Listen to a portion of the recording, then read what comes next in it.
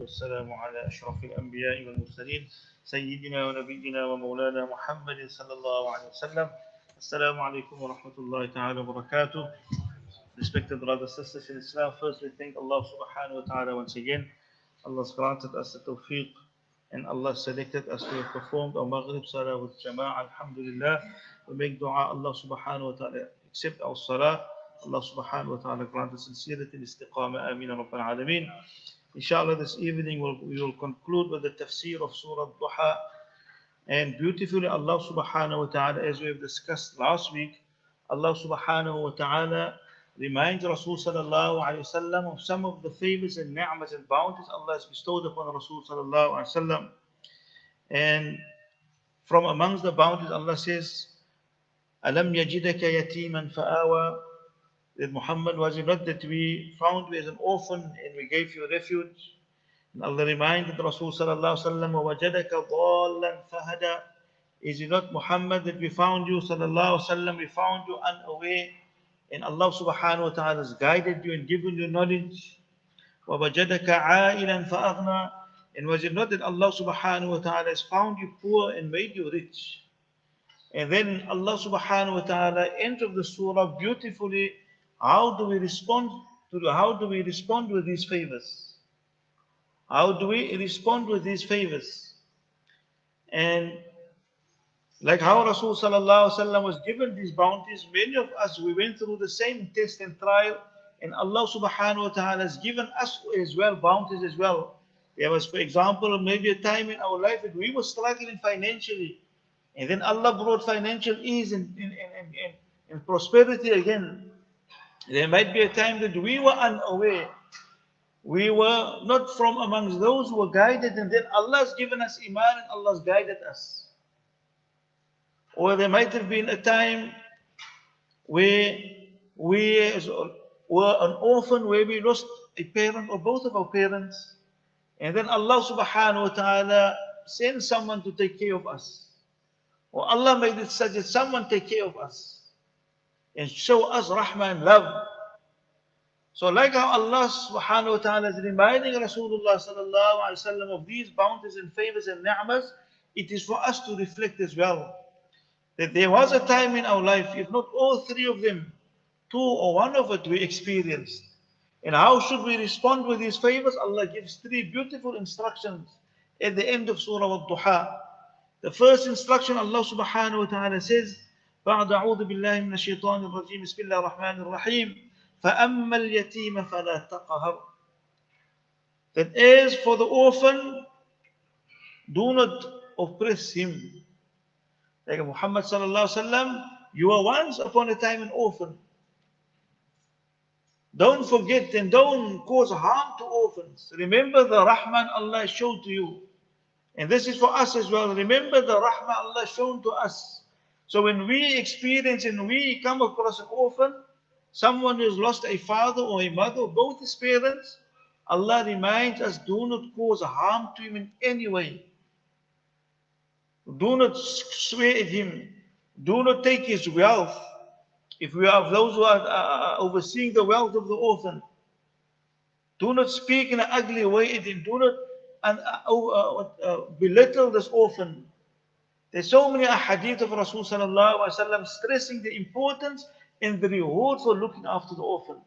Rasul sallallahu alaihi wasallam says in one hadith that a person who takes care of an orphan, who shows rahmah to an orphan, he will be like this with me in Jannah. So close with Rasul sallallahu alaihi wasallam.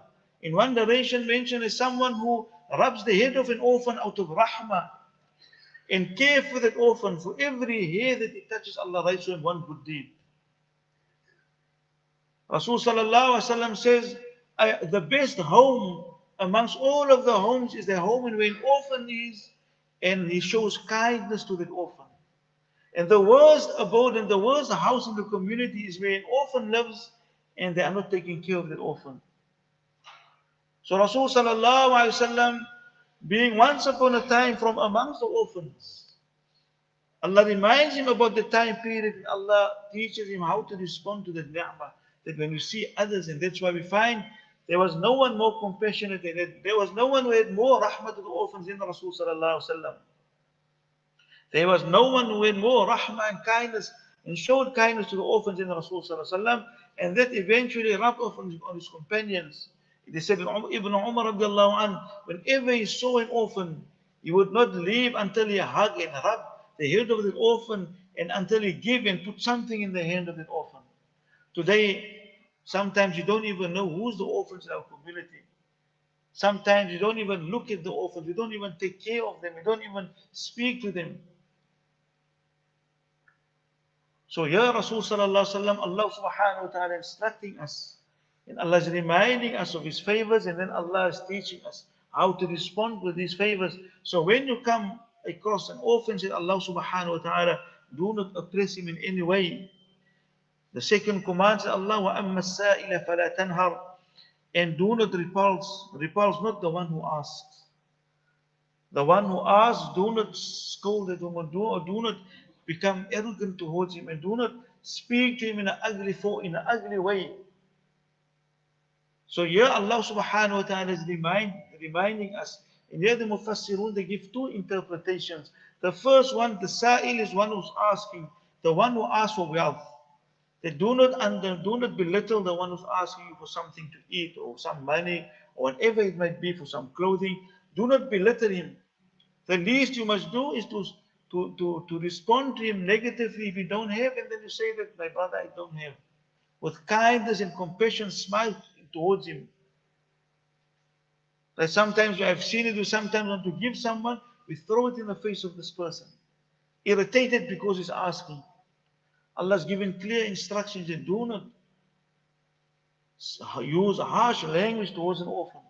Towards the one asking. So that's the first interpretation, the one who's asking for wealth.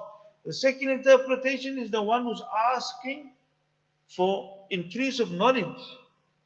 Someone is asking you a question sincerely because he wants you to guide him. He wants you to give him some beneficial knowledge. So don't rebuke this person.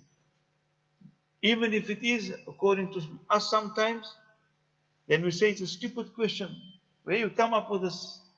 That even if it is such a question, you don't even respond to him ugly.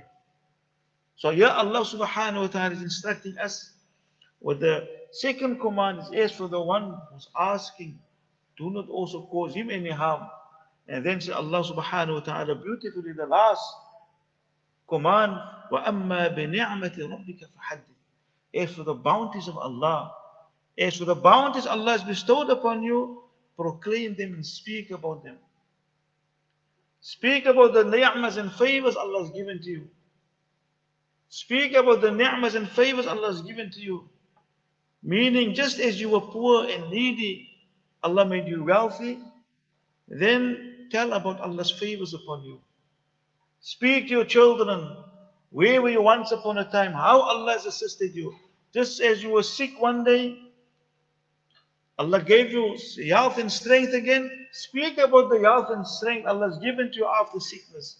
That's why Rasul sallallahu alaihi wasallam says, Ibn Kathir mentioned the hadith, Man ubtuliya bala'an fadhakarahu faqad shakara wa man katamaha faqad kafara. Whoever overcomes some test of calamity and mentions it to others, then indeed he has been thankful.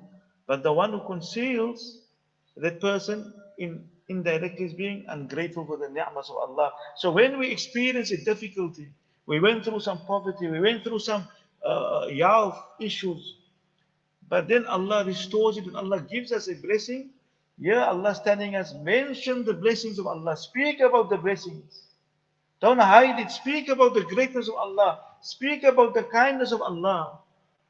So that we can understand Allah's rahmah and Allah's kindness towards us. Because when we speak about the ni'mas, it is a sign of gratitude. It is a sign of being thankful to Allah subhanahu wa ta'ala. So my beloved brothers, sisters in Islam, we ask Allah subhanahu wa ta'ala to give us a tawfiq and the understanding to put into practice to the best of our ability. Wa akhiru da'wana alhamdulillah.